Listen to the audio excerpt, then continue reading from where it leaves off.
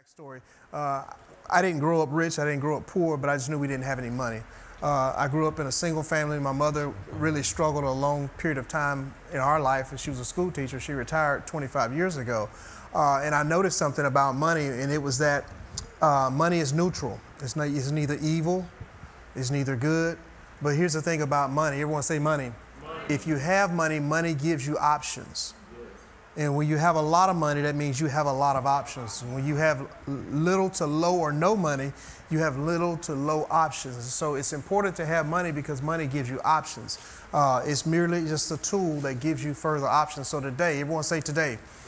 We have with us Mr. Isaac Cooper. He's going to teach us about stewardship and financial wisdom, dealing with money. And so please tune in because I, like some of you, if not many of you, we didn't learn about money growing up around the kitchen table, talking to our parents, talking about stocks, bonds, investments, mutual funds, and things of that nature. And allow me to say this, Mr. Cooper, whom my business does business with, he does several things for us from a defensive planning financially because he does insurances as well.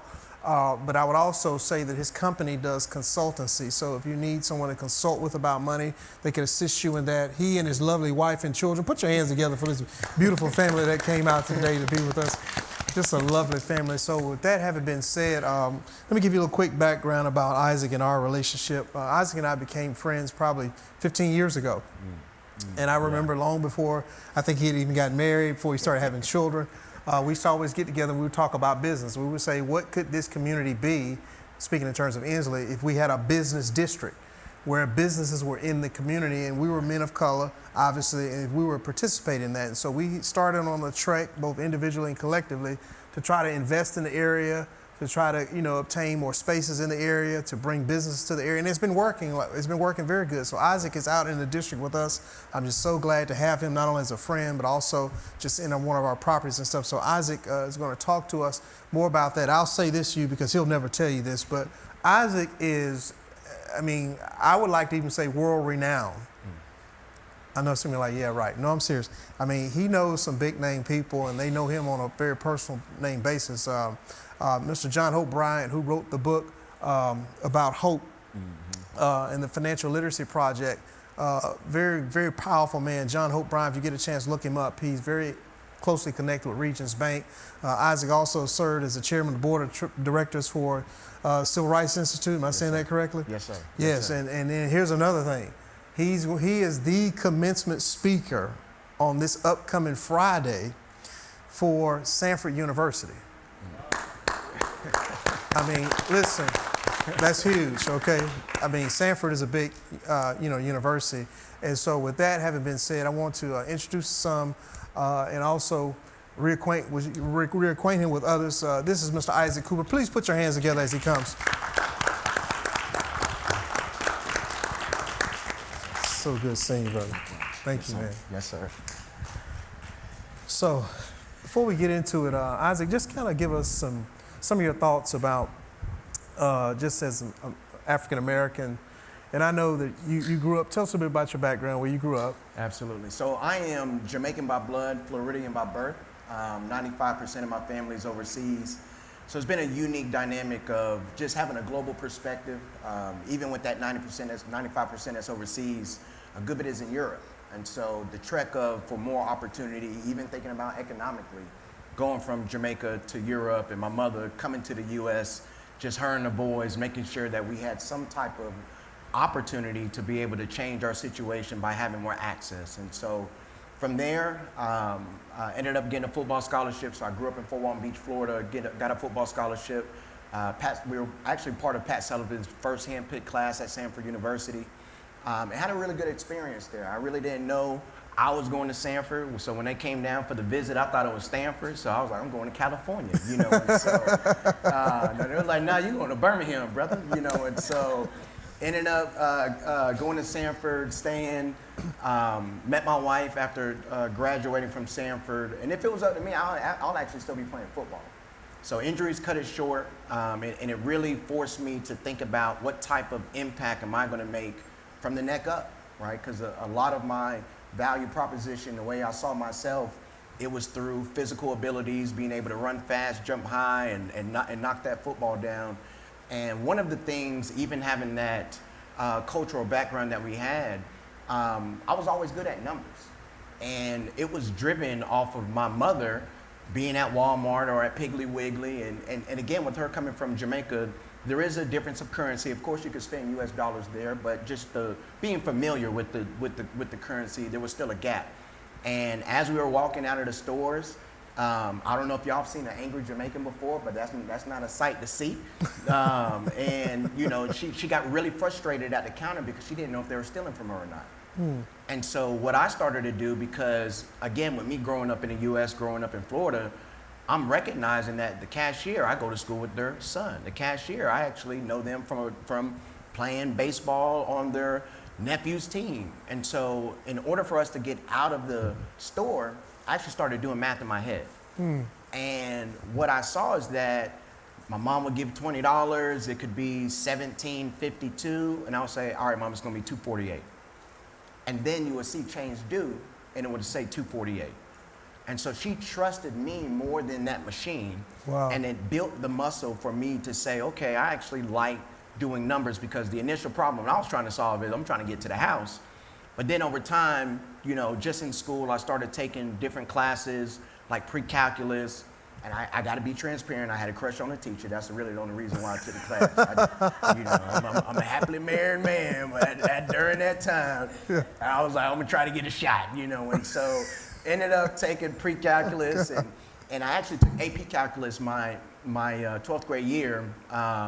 Transparently, I got a D in the class. You know, I was focused on football. And you liked the teacher. She still gave But you yeah, the- that's Wow, right. That's okay. exactly right. But with the AP class, you got to take the AP exam. So I got a D in the class, and at the end of the year, this particular teacher, she was known for having students that would pass the AP exam, like a 90% pass rate. So she's going through the class. She said, all right, John, you focus on this. Caitlin, you focus on this. Isaac, you just try your best. And I took that personal. Wow. And so for the first time in my high school career, I studied. And I ended up making a 4 in the AP exam, and I missed getting a 5 by one question, which is the highest you can get on the exam. Wow. So now I'm leaving high school with a different level of confidence when it pertains to mathematics. I get to college, I ended up taking Calc 2 as a freshman, and I was like, all right, I think I'm good with this calculus stuff. I'm good with that. But I did see how you could marry numbers with business, and that's what pushed me into finance. And so got into a financial company, actually a Fortune 100 company. I was the only black and brown in the state of Alabama with this company, and it really showed me a number of things. One, why is it those that are coming inside this building, they don't look like me? Two, what is the reasoning around the income level, the asset level when it pertains to black and brown communities? And so my appetite for history increased like no other. So I'm learning about the Freedmen's Bank. I'm learning about Tulsa, Oklahoma. I'm learning about the GI Bill. I'm learning about what created a middle class, but I'm also learning about the terminologies and the concepts on how we speak to each other, or the lack of speaking to each other when it pertains to the best practices of money. And so that created a level of frustration in which I wanted to stay in solution mode. I really feel like our business was influenced by A.G. Gatson, because we wanted to make sure that we found a need and we solved it. And so the blind spots that we saw when it pertains to not having access to money, typically you would think that's only folks that don't have money. But I saw that it was physicians that didn't have a good perspective of money. It was attorneys, it was CPAs, it was business owners, it was professional athletes. And so each tax bracket had a blind spot, but the financial industry only spoke in a way in which they were trying to make commission or transaction off of that particular individual. And so we needed to make sure that it was in a way that was digestible, understandable, but also applicable based off of their personal situation. And so we launched IMC Financial Consulting in 2016. It will actually be 10 years, April Wow. 28th. So just in a few days since we launched the business, and we've been able to really provide some incredible solutions. So from a K through 12 perspective, we launched the Financial Freedom Project. So we're in Birmingham City Schools, we're in St. Louis, we're in Memphis, we're in New York. We provide access for faculty and staff and parents. We support professional athletes and business owners. And really just the areas in which we know are true. And so excited to be here today, honored to be here today. Attorney Spurling, Antonio Spurling, is definitely a walking, talking mentor for me. Especially, again, to be able to see a man like him, black and brown, married with children, happy, but also continuing to advance the kingdom on a day-to-day basis. And so grateful to be able to share the stage with you. Yeah, great. We're so glad to be here. Y'all put your hands together for that, just an intro. So, in your opinion, before we get into your presentation, do you think that there's sort of a stigma or a taboo around money with African Americans? Do you see that with dealing with clients sometimes when you're interacting with school systems? Because I understand you said you're in 4 different states now. Yes, sir. And that's incredible because your financial literacy program you're doing with the city of Birmingham, I mean, the data is there and the numbers support. That's a very effective program that you've basically installed in those schools. And so congratulations again on that. But back to my question, like, do you think it's sort of taboo? Have you sensed that it was some African Americans, it's kind of, when you talk about money, you see people kind of act like, they act like they know what you're talking about, but really they don't, or they act like they're good with money, but they really not, or talk about the comfort level or discomfort that you experience when you interact with a client potentially about certain things that are dealing with finances. Absolutely, and one of the blind spots and issues that we've seen is that our immediate understanding of money typically comes from what you've been hearing and seeing in your household. And so even if you are in a season of thriving, you may be walking around with a survival mindset. And then when you hear and see even the black and brown community think and even talk about money, it's not with each other. We talk at each other. We try to reflect a particular lifestyle, actually the folks you may not even like. And so there is this gap with money, even within families. I've heard in our household, hey, we won't talk about that in here. And that's none of your business. You don't need to know about that. Only because it was in a season of lack that we were navigating through. And so, unfortunately, the black and brown community, we have yet to be able to establish a safe space with each other to be able to talk through the needs that we have for each other. Prime example, I was doing a presentation and a gentleman asked Isaac, how do white folks deal with credit? How do they get access to capital? And I said, they don't go to the bank, they go to each other. The bank is one of the last things they go to because they've been able to establish a community of conversations of, hey, John, I actually need some support. You got $250,000. Yes, I ran into a financial hiccup, but over the next 3, 6, 9 months, this is what we can agree to. And so one of the biggest things is that as we are in classrooms, we actually ask the students, when you think about money, or when you hear the term money, what comes to mind? They say bills, they say stress, they say credit cards, they say loans, they say all the things that they hear their parents say. And these are depressing terms. Wow. Now, if I go to another group and I say, hey, what comes to mind when you think about money? They say investments, real estate, stocks, bonds, property, assets, right? Things that appreciate. And so there is a dynamic that we are all navigating and breaking through our actions each day. But we do have to acknowledge that, one, the Achilles heel of the black and brown community economically was intentionally damaged. Government intervention through the loans that was provided through redlining, corporations not being able to provide access to favorable loans into communities. That's why we're building the community one brick at a time in Inslee. Inslee was one of those communities that were intentionally, we'll just say, malnourished. And so recognizing the public and private role that's been played into trying to impact black and brown individuals, we've still been able to navigate through that, but we also have to extract the skill set surviving in these environments, but leave that survival mindset. Shift into a thriving mindset, extract the skill sets from the survival mode, but our mindset has to shift. And that's one of the main reasons when we talk about money, we talk about the mindset first. Do you think that money can be intimidating to some people? Oh yeah, absolutely. Elaborate on that for just a moment. It's especially when you don't have it. Think about your behavior when a bill comes in and you know you can't pay for it. You're gonna leave that envelope closed. You actually may flip it over. and write some notes on it. It ain't got nothing to do with that bill. That's real, yeah. And so approaching something in which you may have more questions and not as much confidence, it's going to be difficult to have the same posture you have whenever you cook your favorite meal. It's going to be difficult to have the same posture you have whenever you're talking about something that you have a strong skill set in. And so it is very intimidating. And also the language of money is changing. It changes each day. Nobody knew you could go into a gas station and use your watch to pay for something. So these companies, they are identifying how much of our understanding of money is more behavioral because they're making it more frictionless. So even a tap to spend is a way for us to distance ourselves from the emotions tied to that particular transaction. Because if we go into, Piggly Wiggly, or you go into your favorite restaurant and something costs $18.88 and you give them a physical $20 bill and you get that dollar, that dime, and them two brothers in your hand, you felt that transaction right then and there. Yeah. But now these days you can use your card, and when you use that card, you're able to put that card back in your wallet. So in your mind, you physically haven't done anything. Right. Nothing left your pocket until you log into your bank account.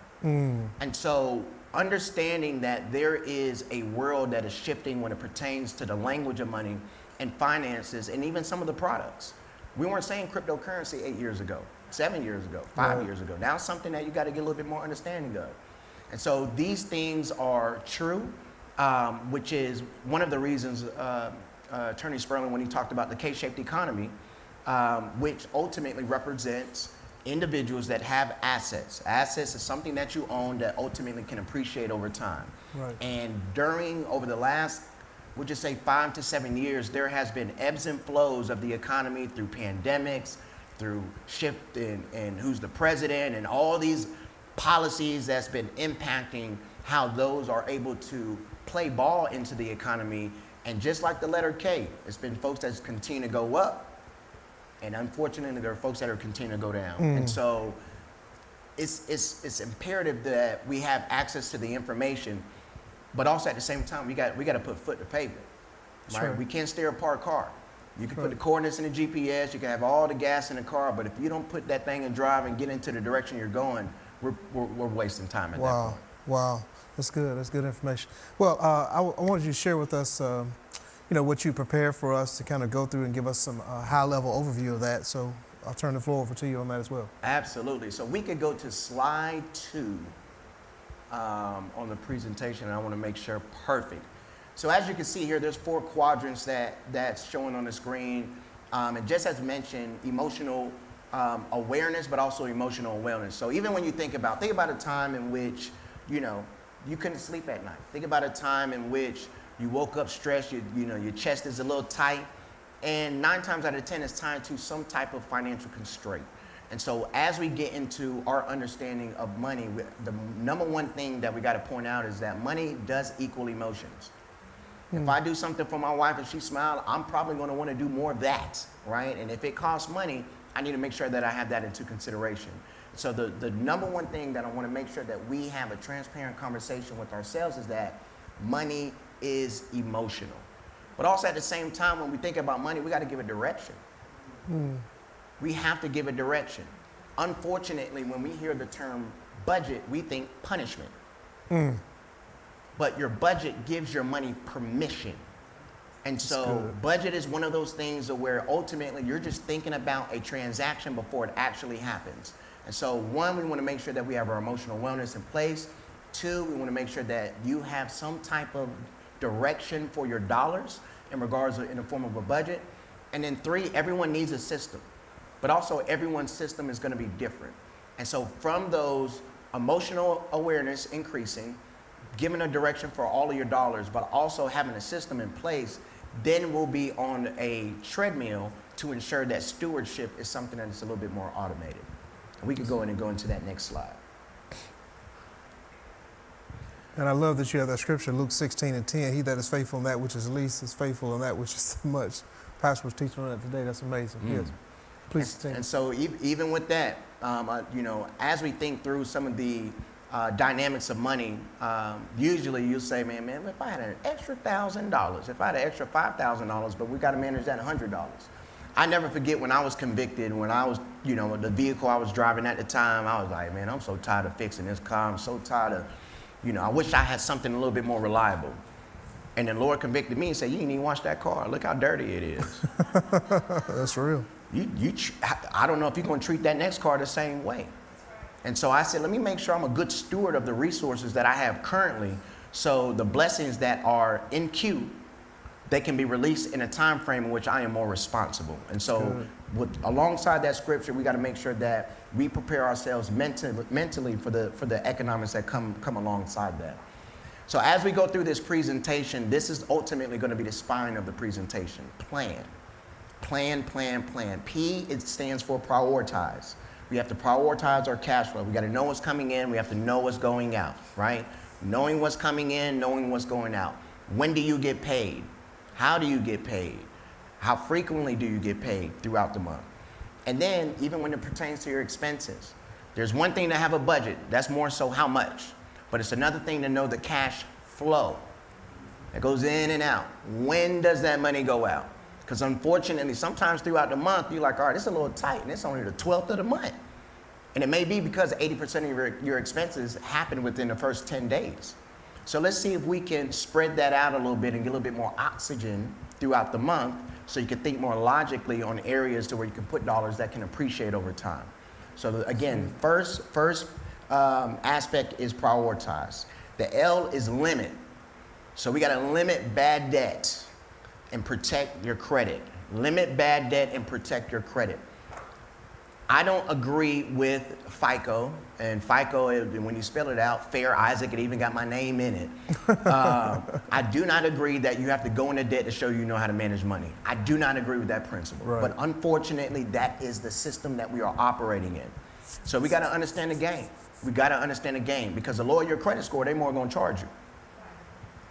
Interest ultimately is what they're charging you based off of how much they think they trust you. That's right. And those 3 digits reflect what the bank sees. They could tell you, nice dress. They could say, man, I really like your suit. But once them numbers pop up, you either going to get approved or denied. That's right. And so your awareness of how you are leveraging any debt that you may have through the form of credit cards, auto loans, or anything that you may sign up for, mortgages, hopefully you're able to refinance and get a lower rate. But we have to limit the debt that we have, ultimately eliminate the debt that we have. But if you're using credit as a strategy to be able to start building wealth for the future, we got to make sure that we are aligned with that. I'll share a quick, I guess it's a testimony. I remember probably back in the 90s, I needed like $1,500 or $2,000 or something. And I had the $1,500 or $2,000. I can't remember the exact amount. But I had been dealing with this company. This was in the 90s. That's how long ago it was. American General Finance. They were in Irondale. This is to your talking point about eliminating bad debt and to build credit or utilizing credit. So I went over once and I met with the guy at the place. This is a high interest lending place, right? So I told him, I said, listen, I'm in an odd situation. He said, what's the situation? I said, well, I have the $1,500, but I don't want to spend the $1,500. But I need the $1,500 to buy something. But I don't want to not have the money after I spend it. So I'm sitting there listening to him, and I thought about something one of my mentors told me. And here's what he told me. He said, you could pledge the $1,500 to buy down the interest rate. And once you pay it off, you get your $1,500 back with interest. I said, what? So what seemingly could have been a 15, 20% interest loan, I ended up paying like 6%. I gave them my $1,500. I made the $100 payments. I think I even paid it off early. I was like, I need to go back and get my money. And so I was able to buy what I needed. And when I paid off that debt, I made like 2% or something on the money, and I paid the difference. I only ended up like probably borrowing the money at 4% interest. So at the end of the loan, once I paid it back, yes, I paid them back more than $1,500, but I got my $1,500 back. In other words, I used it as a collateral to borrow money. Yeah. So I just wanted to mention that to you. No, that's really good, really good. And so, as you build assets, you're able to be more innovative with your money, and you can use those assets as collateral if you're strategic to use that to make more money, right? And so that's a unique thing about the term interest. You could be on one side of the coin with it where you're only paying interest. I want us to be on the other side of the coin where we're earning interest. That's right. Compounding interest. And we'll That's talk right. about that once we get into investments. As you can see with the A stands for allocate towards your money towards your savings and investing. What we like to say is educate before you allocate, right? Because there's a lot of misinformation out there online. Just because something went viral doesn't mean that it's valid. Right. There's a lot of, hey, take these 2 or 3 steps and you'll be those things don't work. Money don't work like that. And so make sure you educate before you allocate. And then the N in plan stands for navigate with wisdom. And ultimately that's tied to making sure you have the right people around you, making sure that you have some type of a vetting process to ensure that the information that you're about to implement in your own lives is for you. Because personal finance is personal. Yeah. Everyone's individual situation is different. Someone is here, they may be very stable on how they're able to navigate their finances. They just may need a few tweaks. Maybe someone that's here that's just like, look, I need to start from scratch. So regardless of where you are, just know that that feedback that you may got from a coworker or from a cousin, that may be applicable for only 10% of your life, right? Personal finance is personal. That's why we have to be very clear on what our goals are, what our objectives are, what those timeframes are, and then you can start putting the energy towards those areas. And then we could go into the next slide. As we think through how we take the first step, one of the components that influences our ability to take this step is to see where we've been influenced by money, right? Where did you learn about money? When we talk to the kids in the classroom, we ask them, what's your first memory of money? And it was like, it was my birthday. I got all this money for my birthday, but I only saw $2, but I know I had at least $32. Well, I was like, well, somebody used it for something, you know? And so what is your first memory of money? And that's a question that you should ask yourself, because that typically impacts how you've been managing money day in and day out. And then what are those influences? Is it your coworker? Is it a classmate? Is it Facebook? Is it Instagram? Is it TikTok? Ensuring that you're building the right fence and protecting what you are hearing when it pertains to this language, because again, it is evolving. The terms are evolving, but when you're around someone with money, you'll see some similarities on what you're talking about. The funny thing about wealthy people, they don't talk about making money. Right. That's the easy part. It's That's avoiding taxes. Right. Yeah, making the money. Yeah, we got that. We got that down. The strategy is, how do I keep more money and get the government out of my pocket, right? And Right. so that element of updating the way in our relationship with money is going to be very important. So where did you learn about money is going to be very important, but also is going to impact the habits that you have moving forward. And we can go to the next slide.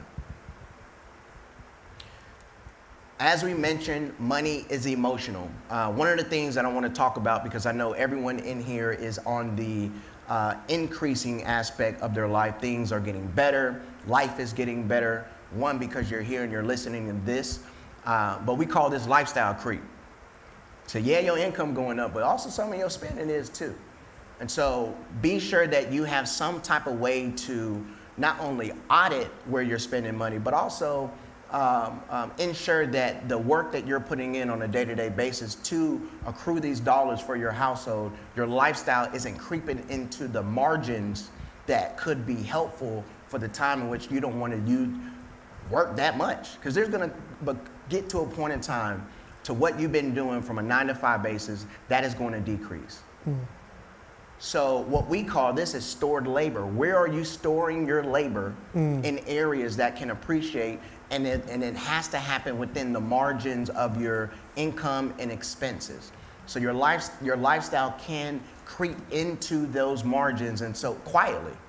It will creep into it quietly. Yeah, you got a bonus, but now you done made 3 or 4 decisions where that bonus doesn't even have a role in the future that you want for yourself. Wow. Then you want to think about, of course, comparison. Don't look to the left and the right, even if we're running track. The most efficient track runners stay in their lane and they're locked in until they finish that race. That's right. The moment they look to the left, the moment they look to the right, they start veering off, and now they're in a lane, and guess what? They're disqualified. And so we have to lock in on what our goals are within your garden. Sow seed within your garden. It's your garden, right? And so anytime you start comparing yourself to someone else, or man, I wish I would have done that 10 years ago. Of course, the best investment is something that you did 20 years ago. The second best investment is starting now. Right. So it is critical that we protect ourselves on what we have access to, because the internet has granted us the ability to connect with folks all across the globe, even if we don't want to connect with them. And so that is going to be extremely, extremely important. And then, of course, we don't want the emotion of avoidance to impact our ability to get clarity. Regardless of what's going on financially, the moment you avoid your situation is the moment you will not get any clarity. It is not going to feel good to look at the last 90 days of your spending. Pull the last 3 months of your statements. You got to face it. You got to look at, all right, what have I been doing that's useful? And then what are those transactions that are useless? And what I've seen personally and also professionally is that it gives a little bit more liberation. Now you feel more confident on what you want to do because you got that clarity. So clarity is extremely important. And we can go and move on to the next slide. So when we think about budgeting, as I mentioned, it's not a restriction. We got to have a game plan for our money before our money has a game plan for us. It is what it is. If you get a bonus, you got some new money coming in, your tax refund and hit, you're thinking about, a few things. And I'm not knocking, liking the finer things in life. There's no punishment in that. I definitely enjoy quality. But also at the same time, timing is important. Yes. Timing is very important. So that budget is very important to ensure that you have everything in place. But also, you can't work so hard to have a good budget, have a good strategy, but you also got to have your protection planning. Got to make sure you have your insurance in place. Got to make sure estate planning is in place. There's no way we can even mention generational planning, wealth transfer, if you do not have those documents in place. It is critical. One of the things that don't show up on a calendar are unexpected expenses. That's why it's unexpected. And so we got to ensure that we have our emergency fund in place. But also that emergency fund, that's for short-term unexpected expenses. There's those that's going to happen and where at some point that hyphen is going to have that date in which we are all no longer here. And so estate planning is very critical. There's no perfect time. There's no perfect time. And if you may not have the resources for it, there are organizations out there, legal services in Alabama that can support, but I would ultimately go to a trusted attorney that is familiar with what you would need for your situation, just to ensure that you just have those basics in place. And so budgeting is very important. And again, budgeting is not being cheap. Again, it is giving your priorities permission. Giving your priorities permission. And also be realistic with your budget. There's times we ask, whenever we sit down with clients, one of the first questions we ask is, if I gave you $100,000 a day, free and clear, what would you do with it? Now they give me all the technical, I'm going to pay this off, I'm going to pay that off, I'm going to invest in this, going to do that. I'm like, you ain't mentioned anything fun yet. You know you're going to take at least one trip now. That's $100,000. You know? Be realistic with your budget. There's certain things that you enjoy, and there's certain things that's critical to your relationship. Make sure you include date nights. Now, you may not be able to go to, what is it called, Chef Von Von, one of them restaurants where, where the plate's $80, but it may be good to just go have a picnic together, right? Like those elements of life that gives us breath, but also gives us the foundation to ensure that what we all know is true. One is family, but also the priorities that you establish for yourself. So as you put together your budget, just be transparent with the elements that you know are true, that gives you joy. Because even when you think about eliminating expenses, think through the 2-3 expenses that you know that you want to keep consistent. And so it makes it a lot easier to eliminate the things that may deteriorate or deter you from being able to do those particular things. And so again, budget is not to constrain you, it's to give you permission, and we can move on to the next slide. Here are a few rules of thumb that you can use. If you have good, stable income, typically the 50-30-20 rule is a really good guideline. And again, everyone's finance is different. You may say, well, Isaac, only 40% is going towards my needs versus 50%. All right, then you can make some more adjustments. You can put more towards your savings. You can put more towards your wants, whatever it may be. And so these are just guidelines, 50-30-20, 70-20-10. That means your household is being eaten up more by your reoccurring expenses, the utilities. You may have a mortgage burden or a rent burden, or where, all right, I'm making $3,000 a month, but my rent $1,400 a month. We may need to look at getting a roommate, but regardless of what it is, find the percentages that make sense to you. But the most important thing is that we got to start putting money into areas of where you can start saving and investing for the future. So these are 2 percentages that you can use for yourself. And then as we start thinking about, as we like to call this, transition savings, we have to ensure that we can save on a consistent basis so we can move that into areas that can earn us some interest. We can move on to the next slide. Be a little brief. I want to make sure that we respect on time. Needs and wants, and then wisdom moves, right? And so these ultimately are 3 buckets, 3 areas that we all know are true. Of course, the needs, utilities, mortgage, rent, car note. We like to call this anything that they can turn off or take away. Right? Turn that, that power off, we got some problems, right? They take that car away, they can take that house away. Those are needs. Wants are those elements to where it may be a little bit more tied to your lifestyle, right? It could be the DoorDash now, Uber Eats account that's eating into that discretionary. Yeah, I see them nods on that one. Likewise, they know exactly where to drop it off in our house. They took all the pictures. And so as we think about those 2 areas, that gives you that foundation.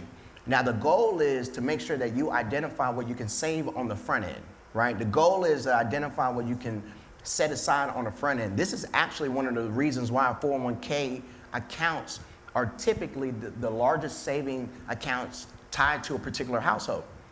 It's because it's automated. They take it out of your account before you can touch it. And if you want to touch it, you got to call somebody and fill out paperwork. Right. And so that's actually a really good example for what we can use for our own savings. So there are savings accounts that we have no card tied to it. That's good. It's at a bank, no card. So if I need to go inside that account, I got to go inside the bank during bank hours. And then by that time I think through it, I'm like, what am I even here for? Right. That's good. And so identifying the ways in which you are spending money really impacts your ability to establish a savings account, and again, where you can save consistently in a sustainable way. So whatever works best for you, again, even when it pertains to managing resources, I like using cash, because cash is something that is physical. So if it's, kicking it with your friends, or if you're out traveling, I like to use cash. It has a mental effect on you too. Absolutely. Yeah. And it's tied to those endorphins. That's right. And so cash is a really good tangible way to hold yourself accountable. Because as soon as you hit that pocket, you feel about $3, then it's time to go home. It's time to go home. I'll see y'all later. But you start swiping. That's exactly right. Because again, you can swipe, especially on the weekend, and you wake up on Monday, and that's why I don't even get the banks on this now. You done delayed all these transactions, then you're gonna wait till Monday until it hit. And part of the reasons why, the cryptocurrency technology is being adopted by these banks, because it's real time, it's immediate, and it's nothing tied to their network. And of course, the wisdom moves is tied to debt reduction, making sure that we're investing, making sure that we are doing the things to protect the beautiful family that you've been able to establish for yourself. And we can move to the next slide. All right, with these 3 buckets, we have, of course, the emergency fund. We like to say 6 to 12 months of bill payment ability saved up in cash. This is the reality. If it's not in your household, it may be someone tied to your household. We are in a season in which technology is eroding job opportunities at an all-time high. Right. Companies all across the world are slowing down their hiring process because of this thing called artificial intelligence. And so we saw a glimpse of this during the pandemic, where people were laid off and they had no clue when they were going to get their job back. And now that season of the pandemic, of us operating in a more, I would just say, technology-driven way, has really highlighted the human need, or the need to not have a human to do these particular things.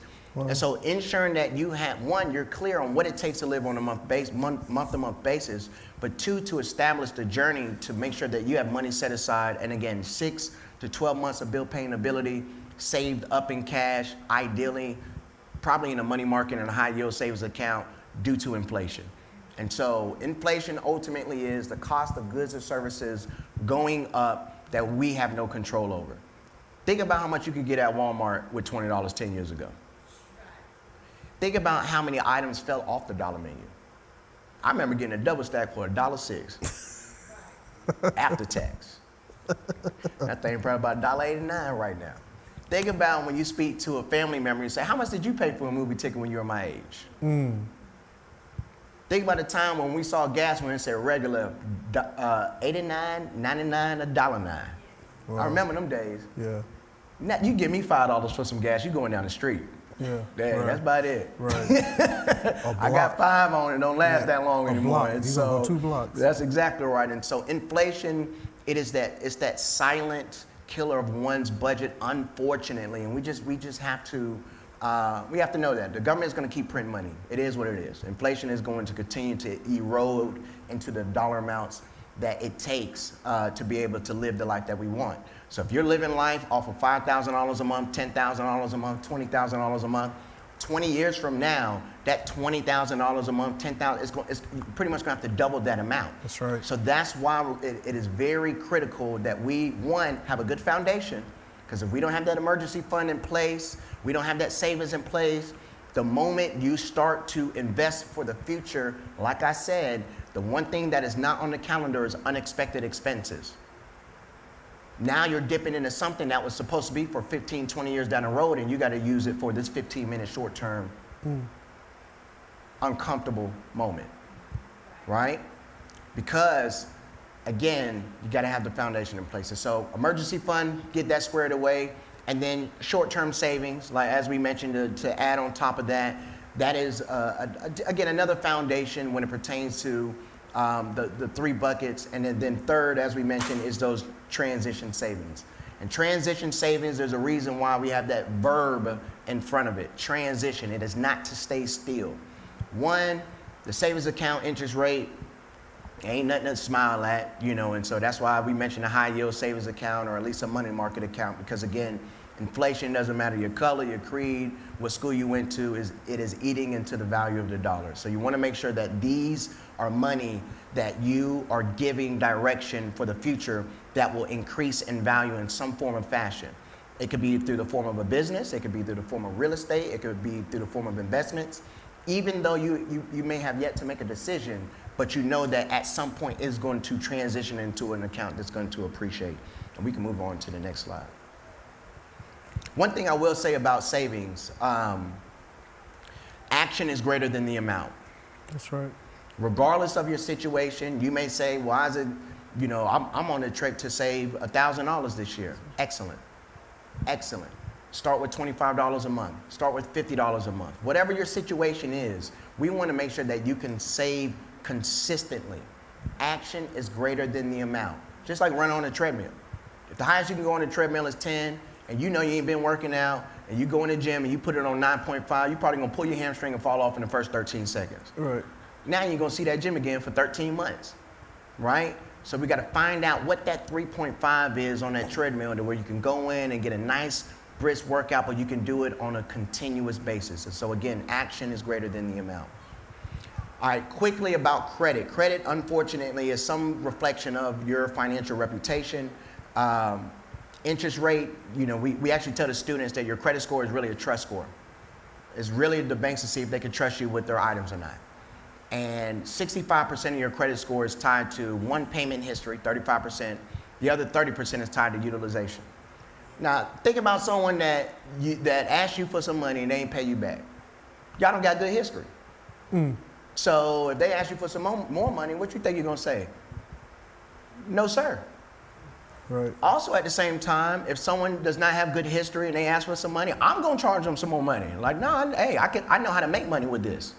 So the banks are in it to make money at the end of the day. Now, like I said, I do not agree with their algorithm on how one's credit score can increase or decrease. There are platforms out there that are taking into consideration more lifestyle expenses that can increase your credit. Of course, the Experian app, you could use the Experian Boost. A few quick recommendations. If you don't know what's on your credit report, annualcreditreport.com. You can check your credit score or your credit report for free once a week. That was actually probably one of the biggest differences that happened during the pandemic, because it actually just should be once a year, a couple of times out the year. Now it's once every week. So that's incredible. Annualcreditreport.com. We're pulling our students' credit. If they're 18, we're pulling their credit score in high school. That's good. We had a senior at JO with an 802 credit score. Wow. Because of what his mother did. That's good. She knew. And so you can start impacting the next generation. Even as I see my babies over there, they're going to have really good credit. They're going to need it, though. We're not going to build a mindset of depending on other resources to be able to build their own resources, but when it pertains to having access to resources, Right. that's not going to be a barrier for them. That's so good. annualcreditreport.com to see where you are, what's on your credit report, and there may be things that are inaccurate. We've seen that before, where there are two folks that have the same name, but it's another person in Kansas. How did this get on my credit report? So there are times in which you may need to make some adjustments based off what is on that credit report. Second is, if you are willing to put resources to ensure that your credit score is accurate. Yes, Credit Karma is a platform. Yes, if you have an account through Capital One, there's CreditWise. But in our opinion, I will get an account with MyFICO. MyFICO, I think it's about $14.99 a month or something of that nature. Whenever you are looking to get a loan, if it's an auto loan, if it's a credit card, any type of loan, whatever the bank is going to see, that's the number that's going to reflect. There's identity IQ tied to that. Part of the reason with so much increase in technology, there is the likelihood of people extracting your identity. If at some point, and again, this is one of the benefits of having a positive credit score and being able to have a good credit, is that you can use credit cards. These days, I'm using my credit cards when I'm going to the gas station. I'm using a credit card if I'm making purchases online, because if something were to happen, criminals are smart these days. They were like, I can do this from the house now. They're putting stickers on those little pieces where you can tap. They're putting stickers on top of that, and they're lifting your information. So when I go to the gas station, I try to scratch it off just to double check. Even inside the store, they're putting devices on top of to be able to extract your information. So Identity IQ, that's another platform to make sure that if your name, your social security number is being utilized on another platform, it will alert you real time. Again, MyFICO Identity IQ is tied to that. And then there are some areas elements where you can start building your credit. Very, very low-hanging fruit. Oh my goodness, I'm gonna come back to it. It just lost me. What was that? It's a baby self. It's a sky blue card, self.inc. It's a platform where you actually recommend this to anyone that's looking to build credit, because when it pertains to credit cards, there are unsecured cards. Whenever you go inside the bank, you fill out the application, they pull your credit score, and they say, this is what you've been approved for. Then there's a secure credit card, where you go to the bank and say, I got $500, here's $500, I want a credit card with that limit. The way that credit bureaus see that, credit bureaus are Experian, Equifax, and TransUnion. It's very interesting. You got 3 separate credit bureaus, but they look at your information differently. Just kind of like having a report card. Yeah. You got a report card, you bring your report card home to grandma, she may say, I'm so proud of you. You bring a report card to an uncle, he's like, man, you do a little bit better than that. You bring that same report card to your coach, all right, now you get one more C, you off the team. Same information, 3 different reactions. So Experian, TransUnion, and Equifax are the 3 credit bureaus. And so Self.inc, what it does, you can start reporting positive payments, good payment history, because you can start saving $25 a month, $50 a month, $100 a month. Each month you set money aside, they're reporting it to those 3 credit bureaus. We've seen credit scores go up 30, 40 points within 45, 60 days, just by setting up an account there and saving consistently. As you get to a particular amount, I believe it's $100, that $100 then turns into a secure credit card. The credit bureaus see that as you are being extremely responsible, because you are using your own money and establish a credit limit with that dollar amount. So Self.inc is another platform. That's huge. So just keep in mind, 65% of your credit score is tied to your payment history and then your utilization. We can get into credit mix and all of that and types of credit, but just know 65% of your score is tied to that. Also, when you think about utilization, it ultimately, how much of their money are you using? So if you have a credit card with a $5,000 limit, you do not want to be using no more than 30% of it when they are looking at it. So when you have a credit card, yes, there is a minimum payment, but also there's another date you need to be very sensitive to. Hey, when you sending this information to these credit bureaus, that's a different date. It's a totally different date. Call the bank or call the financial institution you have a relationship with and say, when are you reporting my payments to the credit bureaus? At that particular date, you need to be at 30% and under. If you really want to cook with some grease, you need to be at 10%, really 8% and under.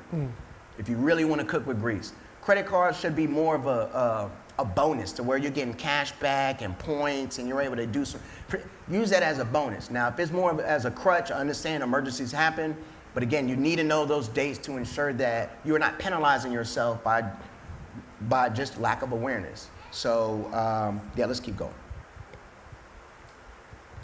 All right. Now, good debt versus bad debt. I don't want to beat this up too much, but we just got to acknowledge it. Good debt, again, it is leverage that allows you to build an asset and appreciate. We all know the ones that are true for us, especially through the form of a mortgage. There are situations where businesses need loans. Hopefully your business is in a place to where you're generating cash flow and there's income coming in. It's not just debt to, operate, because we do see a lot of businesses that got in trouble during the pandemic because they were just making money just to pay debt. So knowing your situation, knowing what you owe, but also making sure that you're not signing up for a situation where you're getting more debt. There's another quiet debt tool that is not reporting on your credit bureaus, and that's that buy now, pay later. Where you can pay for something, Klarna, these different platforms. They're not reporting to the credit bureaus until they get in collections, but it is creating an environment where you feel comfortable paying for something you don't necessarily have the resources for. Wow. So if you don't have the resources for it, you may not need to be purchasing it. So just keep that in mind, and we can move on to the next slide. So when we think about the cost of bad debt, so we got the same person walking in to get a mortgage, they got the same house, but unfortunately, one was not at New Life during this presentation. They did not get the MyFICO app. They weren't monitoring their credit, and they walked in with a weak credit score. And then the person A came in with a strong credit score. They're able to get the home. Both got 30-year mortgages. Now, as you can see, if it did take them 30 years, I don't recommend that. Hopefully, it doesn't take 30 years for you to pay off your mortgage. We try to expedite that. It's okay to get a 30-year mortgage and pay it off in 15.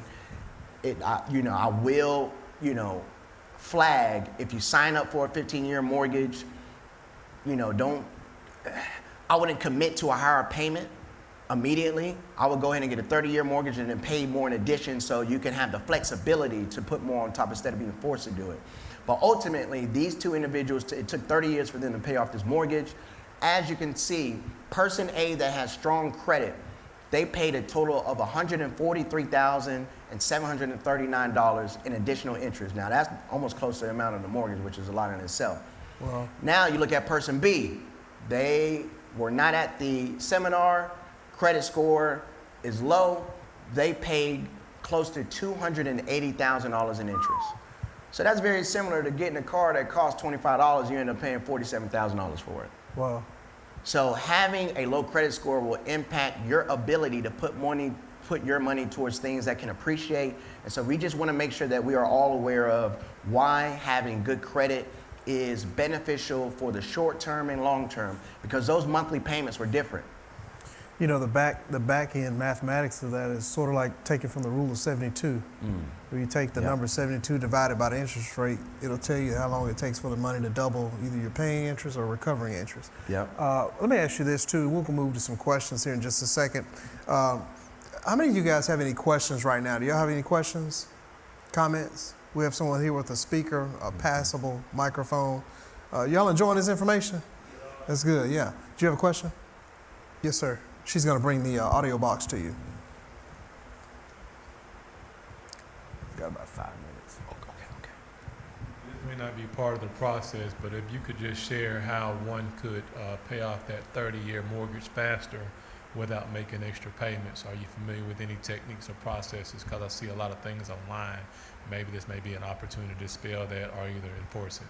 Yeah, and you said without making any extra payments? Ultimately, of course, when it pertains to the mortgage, you have the option to put more towards your principal. And that's really going to be the only way to dial down that amount that you owe. Outside of that, I've heard of a few different ways to where you take any equity that you have in a house and you use that HELOC to be able to try to accelerate your mortgage payments. That could be a strategy, but you got to take into a lot of other, there's just so many other factors that I would want to make sure that we're clear on your financial profile to see if that's something that is applicable.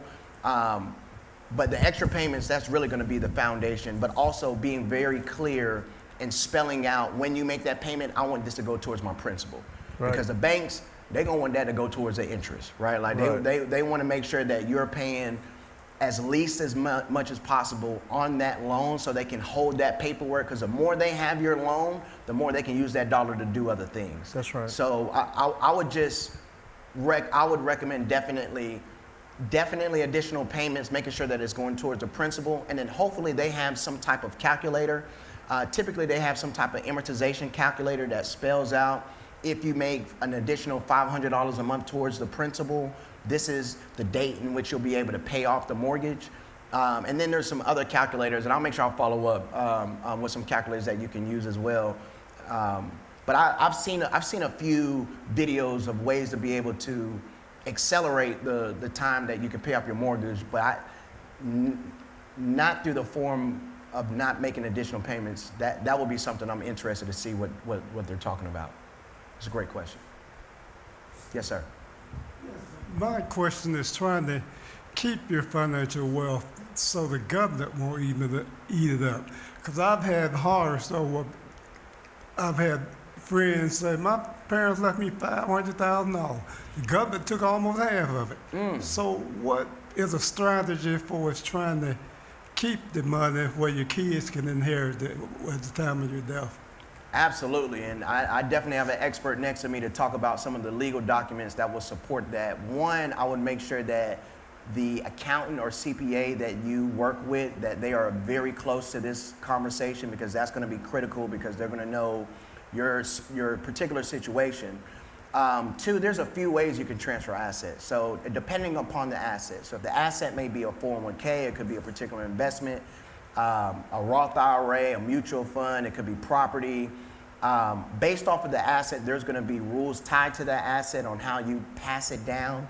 Ideally, it is in a wrapper. It is in some type of vehicle to where it is one set of rules that is dictating that, and ultimately it will be in a trust. That's right. The type of trust that it's in is going to be dependent upon your situation. Now, the government, they kind of like the cartel. At the end of the day, they're gonna get their money that day. They definitely gonna get their dollar.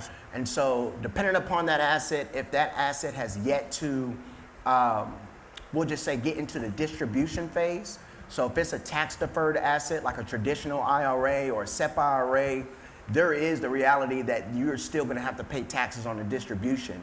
When you pay taxes on it and how you pay taxes on it, your trust can help mitigate the taxes on based off of who you leave it to and how you leave it to them. And so it's accumulating the assets is one part of the process, but the decumulation process, when you start pulling money out, that's actually a little bit more complicated, because you got to take the taxes and all the different vehicles in place and Spurling, I'll let you speak to right. the trust aspect. A living trust is typically what you would want. A living trust basically has four elements: a trustee, which will be yourself; a beneficiary, who could actually be you, or family members. Okay, then you have what they call the corpus, not to be confused with the word corpse, but the corpus or res, R-E-S, which is the asset. So let's say person A is an 80-year-old person, and he's married to person B, who's also an 80-year-old person. And they say, we want to make sure that this asset that is in the name of this ABC trust, whatever, right? And A passes away. And at death, that asset becomes owned by B solely. And then if B passes away, it goes to A and B's 4 or 5 children. That's a trust that basically you're saying it's not in my name as A, it's not in the spouse's name as B, it's not even in the children's name, it's in the name of the trust. So the trust owns the asset, but every time it transfers, particularly beyond A and B, husband and wife, when it gets to C and D and all the children, that's where it steps up in basis. If A and B paid $1 million for it and it's worth $20 million, they may have a $19 million liability tax bill that comes at 30% of that $19 million. So you have to be clever, but to the point of what I said, the government's like the cartel. They're going to make sure as assets are being transferred, they're going to find a way to reach in and tax it. That's why it's very important to have a very responsible spouse or very responsible children, and then be very intentional during your lifetime before your health go into decline. Because in that same scenario, say person A gets ill, that trust could pay the bills of the medical needs of person A until A passes away, and then B gets ill. That trust, the money comes in through that real estate, it's paying for that person's quality of life. And then when B passes away, it goes to the children. So you can set up a living trust, but I can give you more details on that more so. Did that example help? Very good. Anyone else have another question before we conclude? And if we could get to slide. Yes, we have a hand in the back. 20 and 21. And we're going to slide 21, please. Yes. You can cue that up. Mr. Player has his hand up in the back. I'll say this, when you get ready to tell the question. Financial literacy is very important. I mean, and that's why I said as people of color, as we continue to get younger, we need to be more intentional about how and what we're doing with our money, our assets, and our real estate. Yes, Mr. Player? Yes, sir. You discussing finances with your family. What's your view on sharing the actual budget with your children once they're, old enough, of course, that like the actual income and outflow, so they can know what's going on? Absolutely. I think that it's a gradual approach. Definitely the expenses. I would lead with that one, and they'll figure out why you keep saying turn them lights off. So with those utility bills, why you turn Right. the TV off. Right. Even with our elementary school students, when they learn about variable expenses and they say I want to go to Alabama Adventure, and they see that, okay, this is why my mama keeps saying turn the TV off. And so there's parents that run up on us at Walmart like, little Johnny keep turning the TV off whenever he come home, is because he wants to have fun, right? He sees his role in the overall household expense. And so from an expense standpoint, to see that the usage and their role tied to it, they'll eventually want to play a role in supporting that, right? And so I think it'll be good from an income aspect, especially if they have a job or if they don't have a job, for them to be aware of what it takes to live. And so one of the, I would say, celebrations at a particular high school, we showed, an income of about $50,000 or $60,000 a year, what one could do with it. And there was a senior that walked up to me afterwards. I actually got emotional. He said, Mr. Cooper, I never thought that I would want to have a family, but I would love to have a family now because I see it doesn't take that much. Wow. And so it does open up a level of awareness, but also I do think it helps to share some of the responsibility. It's just, you'll know more about their competence and their maturation on receiving that information and being an asset to the household. So I do think it's a great way to introduce them to the responsibility, and then as they gradually get more of an understanding there, now that dinner table conversation around estate planning, and say, all right, this is how we are going to move forward as a family as we move on and as you move on. And then also you can use it in a, somewhat in a comical way. So if little Johnny don't do the dishes, you can let him know, hey, I'm about to change your amount, buddy. I'm about to change the amount I'm gonna leave for you because based off of this particular responsibility. And so we love when families are having conversations about money together, because it does show a level of unity, but also it shows a level of leadership in the family by letting them know that this is how we're moving, but also this is what it takes to move this bus that you're on. So you're thinking that disclosure, number one, but participation and accountability. Yeah. So once you disclose the budget, then we say, this is your participation, and through your participation, I'm gonna hold you accountable. Yeah. Because the reward would only come as a result of them participating in a healthy way. If it's Right. turning the lights off and you see the bill go down, hey, this extra $8 we saved on the power bill, this is gonna be the benefit of what you'll get coming out of those kinds of things. Let me say this too. I've kind of had this thing going where, like, if I spend money repetitively, I hate subscriptions. I don't like subscriptions. I don't like television because I think it absorbs so much time, just like subscriptions absorb so much of your money. I've gotten on the other side of the equation. I say, before I buy, if it's Louis Vuitton or whatever it is, it's like I need to own the stock.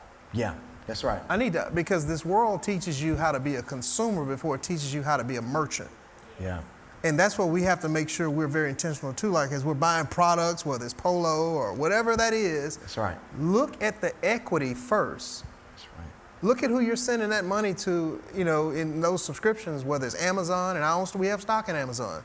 Yep. Louis Vuitton, we have stock in Louis Vuitton. I'm not saying it being arrogant, I'm just saying it's the proper form to have these conversations, but we're so quick as consumers to just jump on the side of buying things, and we don't own the equities in it. Yep. Yep. And we need to teach ourselves how to own the significance of having the equities first, and through owning the equity, we could see the benefit of the purchase. My son, years ago, he said, you should replace your Range Rover, which I have stock in Range Rover. Tata Motors owns Range Rover at the time. And he said, well, Tesla. I said, well, Miles, I said, I'm not going to buy this vehicle unless I own stock in Tesla. So we bought a lot of stock in Tesla 5 years ago in the middle of the pandemic. Well, the truck came, but the stock quadrupled in value, and it would pay for a fleet of the trucks if I wanted it. I hadn't sold any of it. But my point is that, and so what we're hearing is great in the financial literacy spectrum. We have to take that coupled with go into the equity side of wherever your money's going. Yep. Buy the equity of what you are using. If you have Amazon, you're always on Amazon, own stock in Amazon, and we do. So I'm saying we have to condition ourselves, not just have the literacy piece, we also have to have the equity piece. Yep. Because that's where you're going to see the great exponential return of your investment when you're just paying all these subscriptions to all these different places. right. Hulu and just money just going out. And it's small amounts, but it's a significant amount of money over time. Yep. Because just like if an investment, you dollar cost average your investments, Right. that's the same way you can save money. That's right. You're just saving $100 a week, $100 a month, whatever that is. So I just right. wanted to mention that. That's right. But thank you so I'll much. definitely have to come back and do, because I got some information on investing. I'll just say a few quick things. If you have a 401k, make sure that you're matching that. If you have an employer, if you work for the government, you have a 457A. If it's a nonprofit, a 403B, they all cousins. Make sure that you're maxing out those contributions. Alongside what Spurling said, we were down in Disney. Before we went down there, I bought me about 20 shares of Disney stock because I knew we was about to get our money in. That's so right. that last slide on right. slide 21 is what everyone should do next, regardless of income, regardless of age. Within the next 24 hours, make sure you check your bank accounts, write down all debts, write down your income and expenses. Over the next 7 days, make sure you can create a budget. Within good. 30 days, update your emergency savings, review your retirement contributions, your insurance, confirm all beneficiaries.